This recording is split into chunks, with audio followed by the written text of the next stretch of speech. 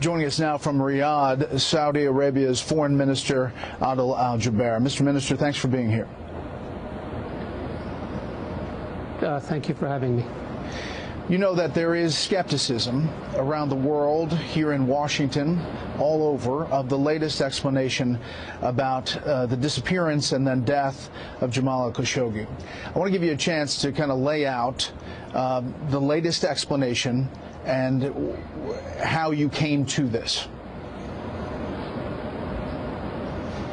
We had an individual who came to the consulate. He was approached by members of the Saudi security team. They told us that he left the consulate. They came back to Saudi Arabia, filed their report to that effect. The custodian of the Holy Mosque, King Salman bin Abdulaziz, dispatched a team to investigate in Turkey with the Turkish authorities. The reports we were getting from Turkey did not comport with the reports that the team had provided to us after they returned to Saudi Arabia. The king then directed the public prosecutor to launch an investigation, which he did about 9 days ago. He discovered that there were discrepancies. We discovered that he was killed in the consulate. We don't know in terms of details how. We don't know where the body is. The public prosecutor then put out orders to detain 18 individuals for questioning and possibly facing trial. And the king also dismissed a number of senior officials in this area. This, Brett, is the first step of a long journey.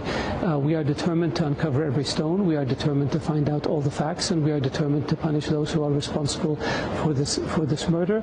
And we are determined to ensure that the institution that we have that deals with intelligence has checks and balances in it, and to ensure that something like this can never happen again.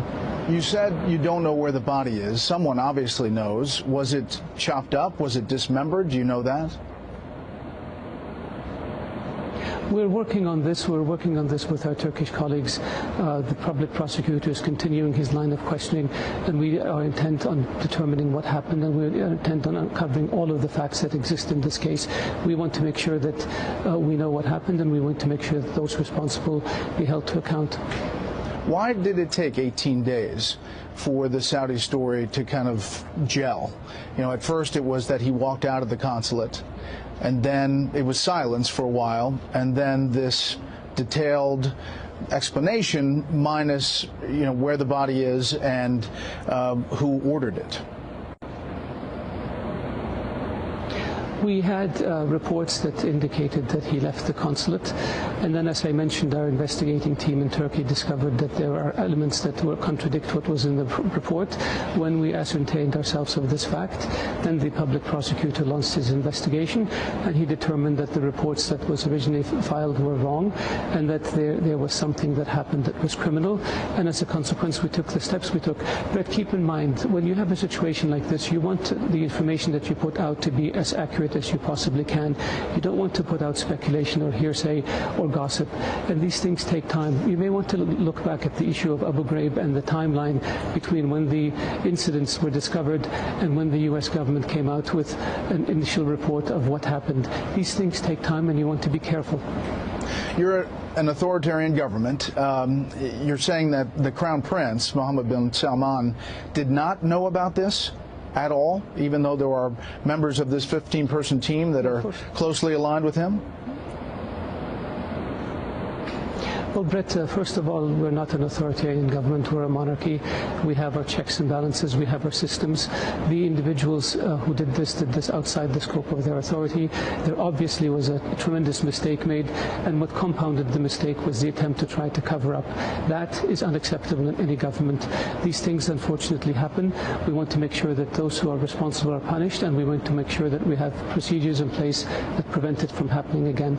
Our history as Saudi Arabia for the past 80 plus years since the founding of the modern Saudi state, we have never engaged in such behavior, and we will never engage in such behavior. This is an aberration, this is a mistake, this is a criminal act, and those responsible for it will be punished.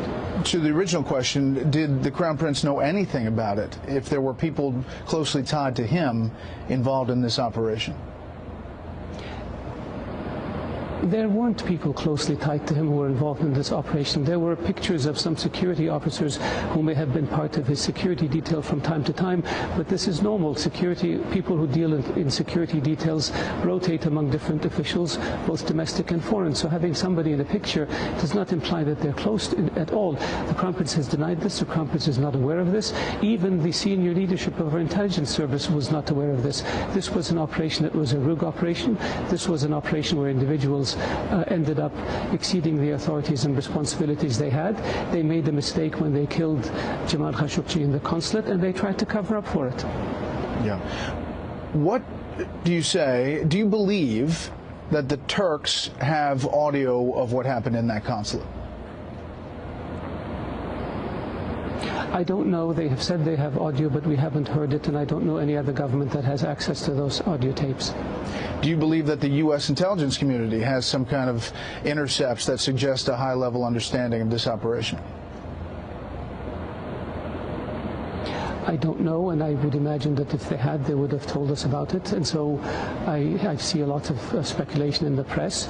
I see a lot of hearsay, and I see a lot of gossip. And I just caution people to be cautious, let the investigation in Turkey and in Saudi Arabia unfold, and when the results come out, we will know the truth.